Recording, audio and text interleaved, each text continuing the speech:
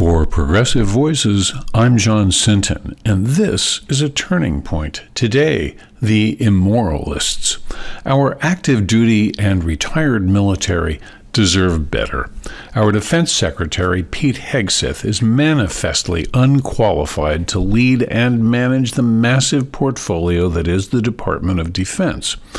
When difficult jobs requiring extremely high levels of training and skill are awarded on the basis of loyalty and ideology rather than merit and competence, we have the makings of trouble.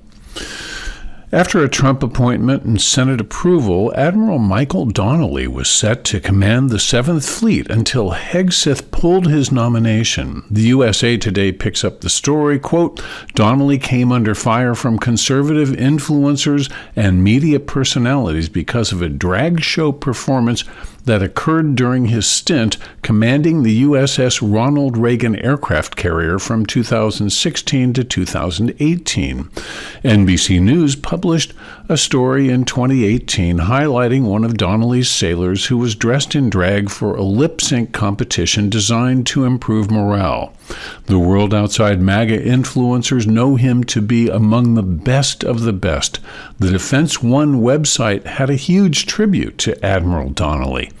The Navy regularly holds these morale events where sailors in long deployments get to have some fun and blow off a little steam. A Navy captain told me, quote, every carrier I've ever deployed on does a celebration of Pride Month that almost always features a rainbow cake and a picture of the commanding officer standing next to said cake. I'm just waiting for those pics to start to come out, unquote. I guess the beatings will continue until morale improves. The shadow and frightened individuals now in charge of our government have deemed an accurate accounting of American history to be, quote, corrosive ideology.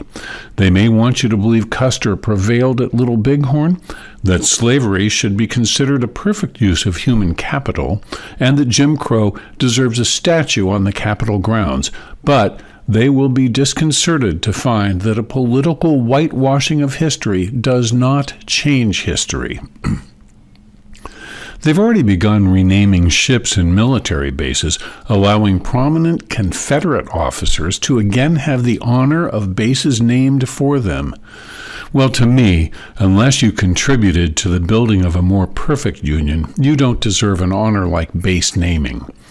Attempting the violent overthrow of our union so you could continue to enslave other human beings is an obvious disqualifier. The eminent writer Joanne Carducci, known as JoJo from Jers, is the daughter of an Italian immigrant. The 4th of July always brings tears to her eyes. Usually they are tears of gratitude, but this year they expressed a deep sadness and trepidation. Quote, the gap between the myth we celebrate and the truth we inhabit has never felt more obscene. Families aren't just being torn apart, they're being disappeared. Rights aren't just under threat, they're being gutted in broad daylight. Histories are being rewritten, silenced, erased, and the fireworks still dazzle, but the ground beneath us feels cracked and trembling, like something sacred has shifted and might not hold.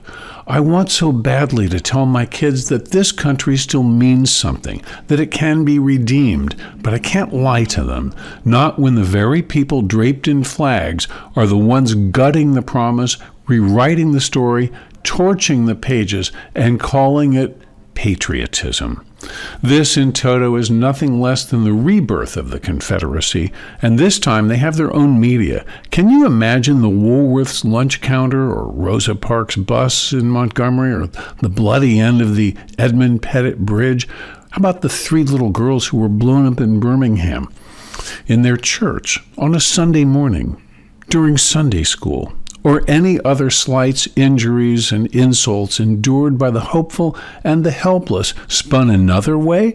Can you imagine how they would have been portrayed in a vicious, biased, and hateful media?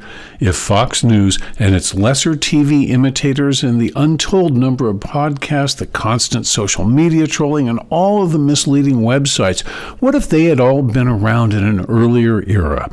Would George Wallace have been president? Would Lester Maddox have been awarded awarded a medal for standing in his whites-only restaurant's doorway with an axe handle?